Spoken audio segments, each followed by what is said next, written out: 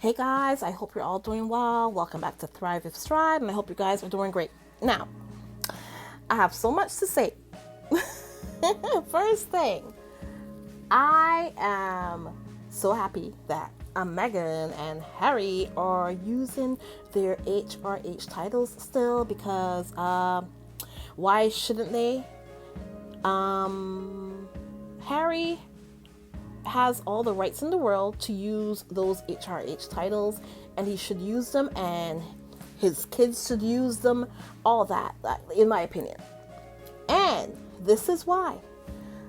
Harry and Meghan, they never set out to be full-time non-working royals or whatever the heck that is. Guys, we all know that this was all made up. It's a made-up thing. This whole working royal thing is all made up because none of them really work.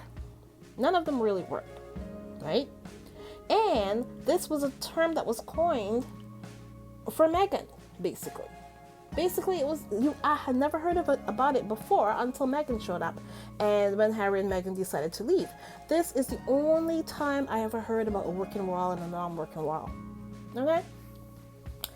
Princess Michael of Kent has not worked. She's not a working royal. You could not pick her out in a lineup. You could not. And that woman has been using her HRH style for decades. She has run all kind of businesses unsuccessfully, in my opinion, wrote books, all kind of things, authored books, everything. Sold ham, sold cheese. I don't know what the heck she sells. But she has sold everything from, like everything. The one that was married to Pete Drew, she, Duchess Fergie, has been using the Duchess style for decades after she has been divorced. Meghan is still married to that man that y'all call a king's son. Because no matter how you look at it, that's Harry's legacy, his whatever, that is Harry's whatever, family, whatever you want to say. They can't strip him of that. Okay? And Meghan is married to him, and Meghan just said that they'll be married forever. So there you go. Y'all have no choice here. There's no choices here. And I hope that Harry and Meghan start using their HRH titles publicly, and they use it all the time. And I'll tell you why. Every other royal uses them. The ones who supposedly work and the ones who supposedly don't work, or whatever the heck that is, because we all know it's just a bunch of crap. And the royal family also, they never ever ever keep their promises when it comes to Harry and Meghan.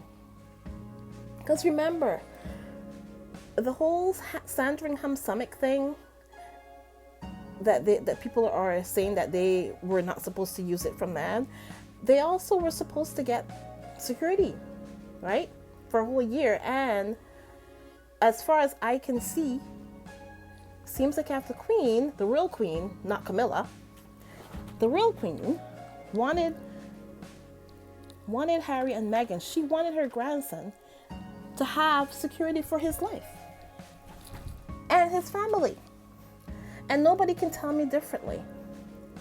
So when the Queen died, that man that y'all call a king just decided to do whatever the heck he wanted. And he started to make everybody, all the people who live there, and well, people who want to, and all of the newscasters and everything, they all call Camilla Queen Camilla. That's what they do. The Queen did not want that. The Queen wanted her to be called the Queen Consort. But the Queen's not here anymore, and that man that y'all call a king just does whatever the heck he wants. And the funny thing about him is, that man that y'all call a king, why is it that he does everything that he wants to do, but he doesn't expect Harry to do what he wants to do? Like, I don't understand.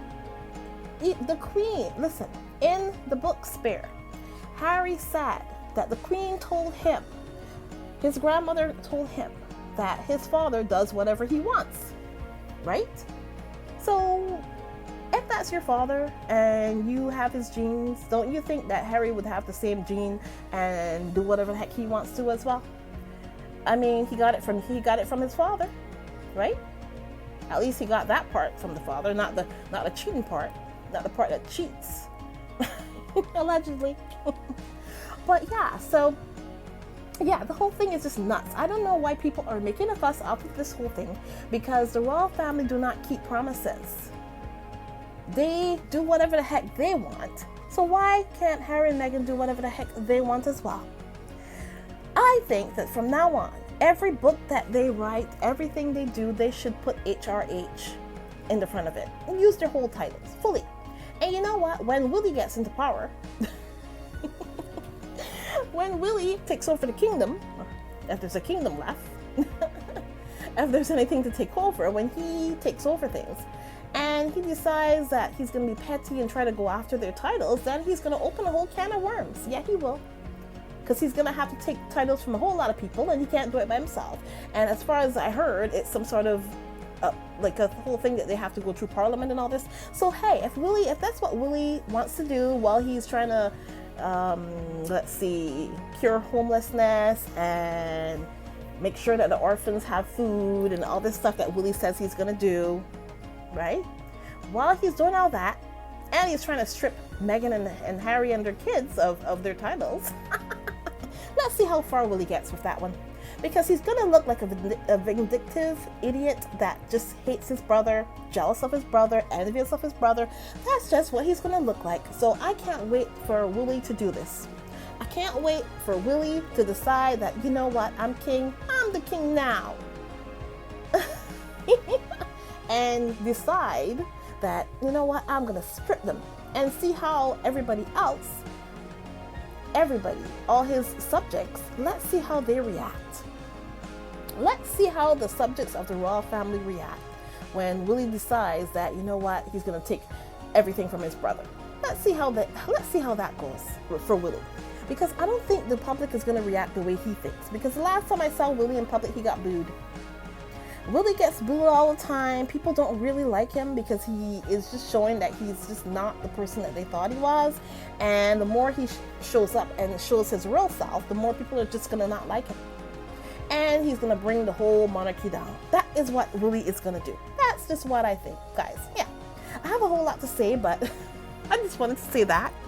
I listened to and I watched the podcast with oh my gosh, Jamie Kira Lima. Oh my gosh, I guess I just messed up her name, but I watched the whole thing.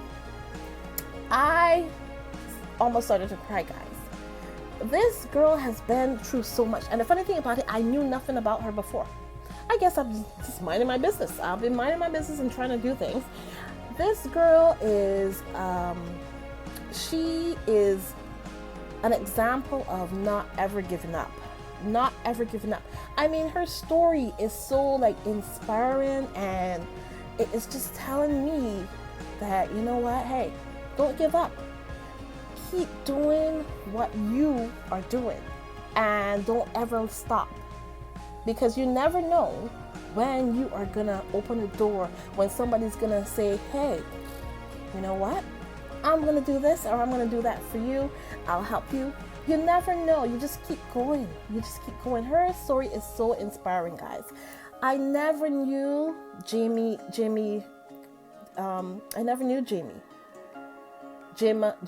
Lima Kara. Oh my God. Sorry, guys. I don't have her name in front of me, but you know who I'm talking about here.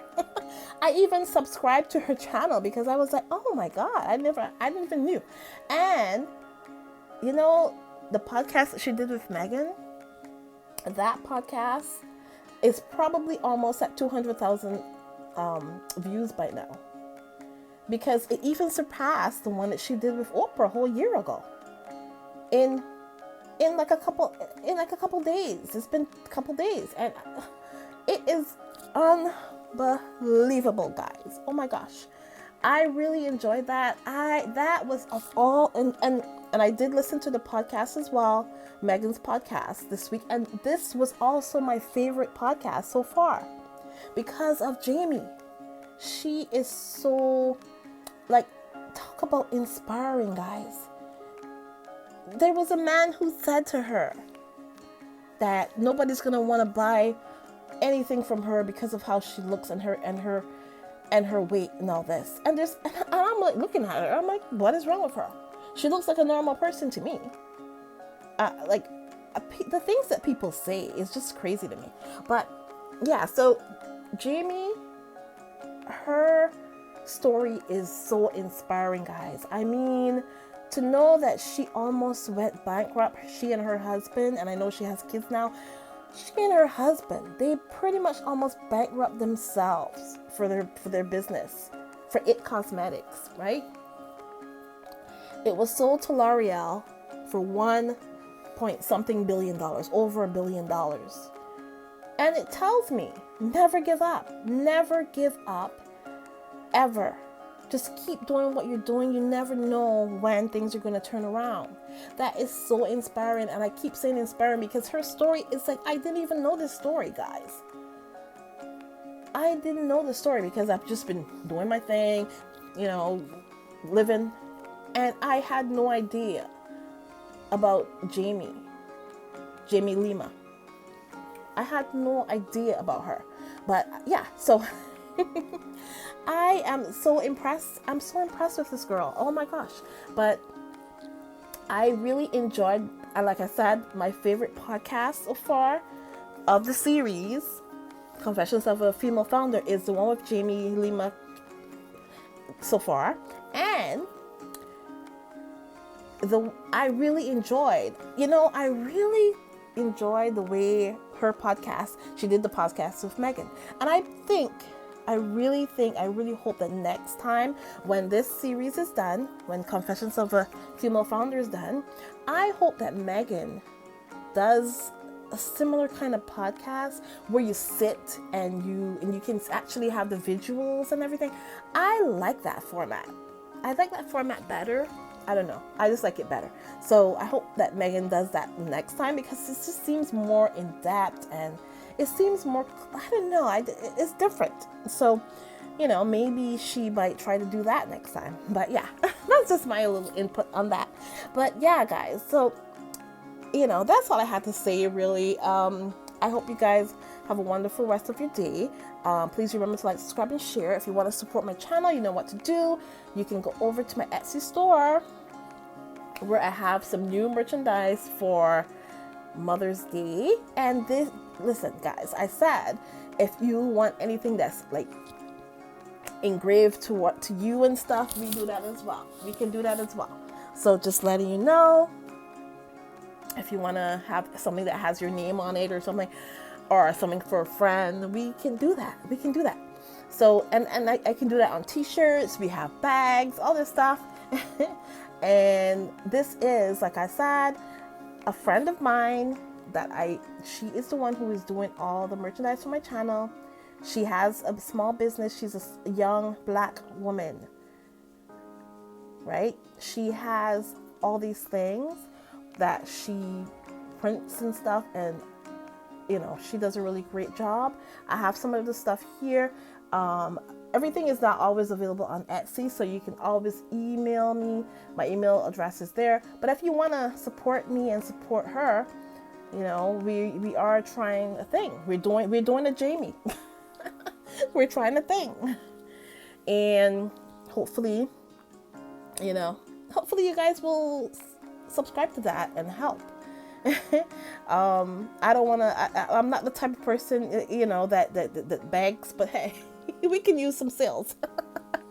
But yeah, so I'm not the person that goes out there and sets up a GoFundMe. I would never do something like that, guys. But I will sell you some stuff.